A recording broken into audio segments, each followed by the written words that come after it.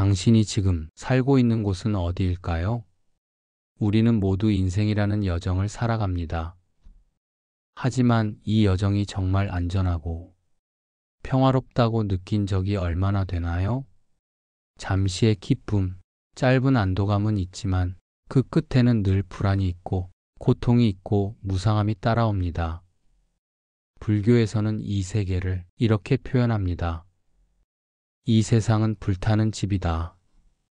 놀랍게도 부처님께서는 우리의 삶을 화택, 즉 불타고 있는 집에 비유하셨습니다. 법화경, 방편품에서 말씀하신 그 비유는 2000년이 지난 지금도 너무나 생생하고 현실적입니다. 오늘 우리는 이 법화경이 상징인 화택의 의미를 우리 삶에 어떻게 적용할 수 있을지를 함께 생각해 볼까요? 옛날 한 마을에 넓고 오래된 집이 있었습니다. 기둥은 썩고 벽은 기울었는데 곳곳에서 불이 일기 시작했습니다. 이 집은 이제 금방이라도 무너져 내릴 듯이 불타고 있었습니다. 하지만 그 집 안에는 불길이 치솟는 것도 모른 채 아이들이 즐겁게 놀고 있었습니다. 그들의 아버지는 집 밖에 있었지만 안에서 무슨 일이 벌어지고 있는지 알고 있었습니다. 그는 소리칩니다. 얘들아, 어서 나와라. 이 집이 불타고 있다. 지금 나가지 않으면 위험하다. 하지만 아이들은 대답하지 않습니다. 놀기에 바쁘고 불의 위험을 느끼지 못한 채 그저 장난감에 정신이 팔려 있었습니다. 아버지는 다시 외칩니다. 하지만 아무리 외쳐도 아이들은 노는 것이 빠져 있어서 아버지의 말을 듣지 않습니다. 그때 그는 생각합니다. 이 아이들을 구하려면 다른 방법이 필요하구나. 그리고는 말합니다. 얘들아, 밖에 너희가 좋아하는 양이 끄는 수레, 사슴이 끄는 수레, 소가 끄는 수레가 있단다. 지금 나오면 그 멋진 수레들을 줄 테니 어서 나오너라. 아이들은 눈이 번쩍 뜨입니다. 놀던 것을 멈추고 불타는 집에서 기꺼이 밖으로 뛰쳐나옵니다. 그리고 그 순간 아버지는 약속한 것보다 훨씬 더 훌륭한 가장 크고 튼튼한 하얀 소 수레를 하나하나 나누어 줍니다. 그것은 단지 장난감이 아닌 그들을 태워 진정으로 안전하고 평화로운 곳으로 데려다 줄 가장 위대한 아름다운 수레였습니다. 이 비유는 불타는 집이 바로 이 세상, 즉 생로병사로 가득한 고통의 세계임을 의미합니다. 그 안에 사는 중생들은 위험을 인식하지 못한 채 쾌락과 집착 속에 살아갑니다. 부처님은 이런 중생들을 깨우치기 위해 방편이 수단으로 다양한 가르침을 펼치십니다. 그러나 결국 주시려는 것은 단 하나, 모든 중생이 도달할 수 있는 가장 큰 깨달음의 길, 불승, 즉 하나의 큰 수레 대승입니다.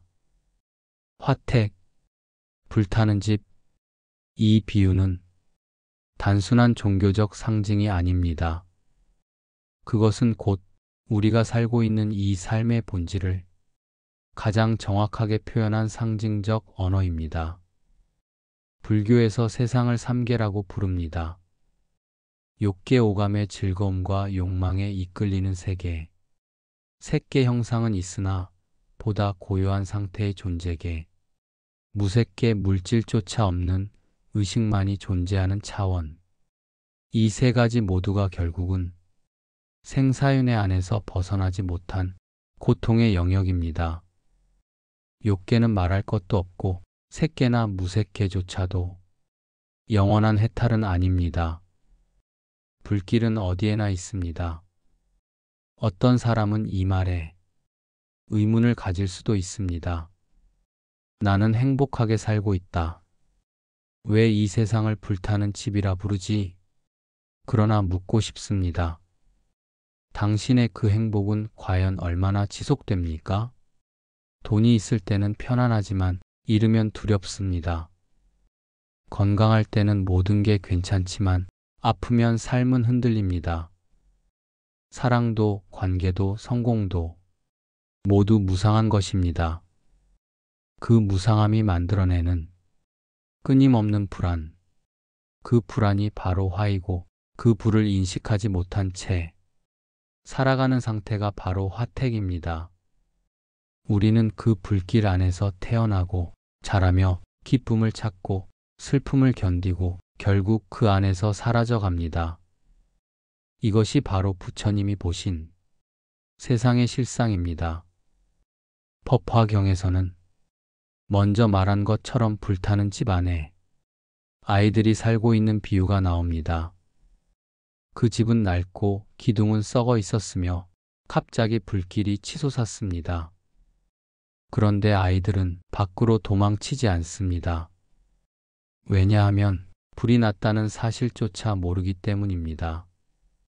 이 이야기는 놀랍게도 바로 우리의 인생을 말하고 있습니다.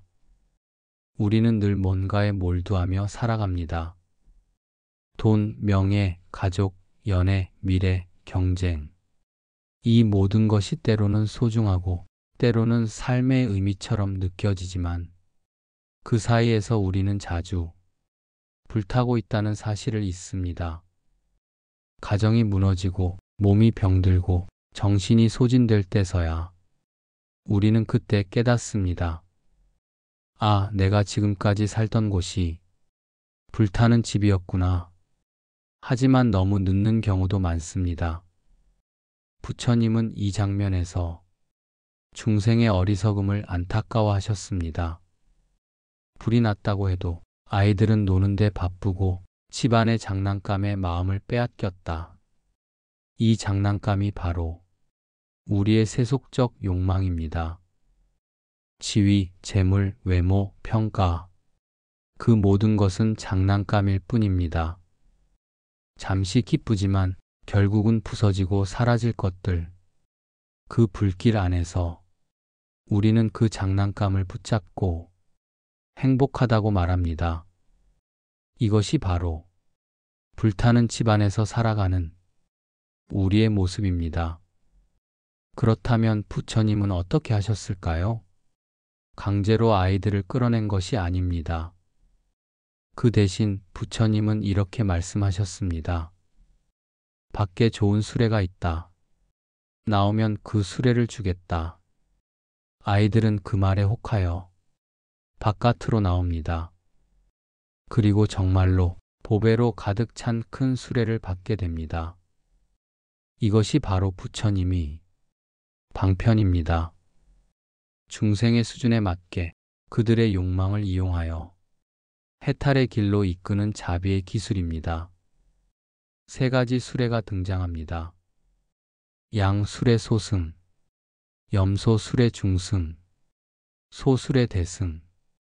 그러나 결국 부처님은 그 어떤 수레보다 크고 보배로운 수레, 즉 일불승을 주십니다.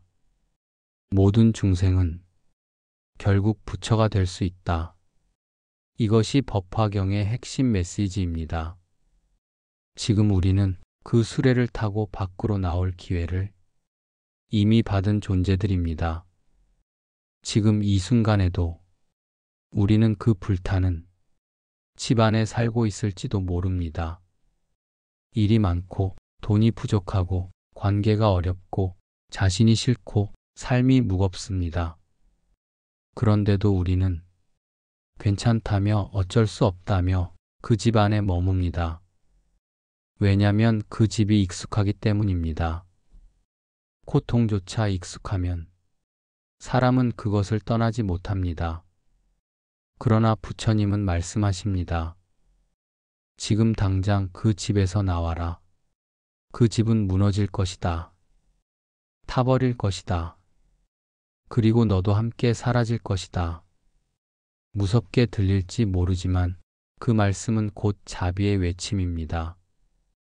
그렇다면 우리는 어떻게 해야 할까요? 그 첫걸음은 불타고 있다는 사실을 아는 것입니다. 그 인식이 시작입니다. 부처님의 말씀을 따르는 것입니다. 법화경을 읽고 듣고 외우고 사유하는 것. 그 속에는 우리에게 보내는 수천 년의 부름이 있습니다. 나오너라. 이 집은 너의 집이 아니다. 참된 집은 열반이다. 이 목소리에 응답하는 것은 법화경을 읽고 쓰는 것입니다. 그러면 우리는 이미 그 집 바깥을 향해 걷기 시작한 것입니다. 보이지 않아도 우리는 불길 속에 살아갑니다. 그러나 기억하십시오. 당신이 한 절의 법화경을 읽는 그 순간 그 불은 약해집니다. 당신이 진심으로 부처님을 떠올리는 그 순간 그 집은 더 이상 당신의 집이 아닙니다. 법화경은 말합니다. 묘법을 믿고 외우는 자는 반드시 성불하리라. 그 길 위에 당신이 있습니다. 이제 그 집에서 나올 때입니다. 이 순간 법화경과 인연을 맺어보세요.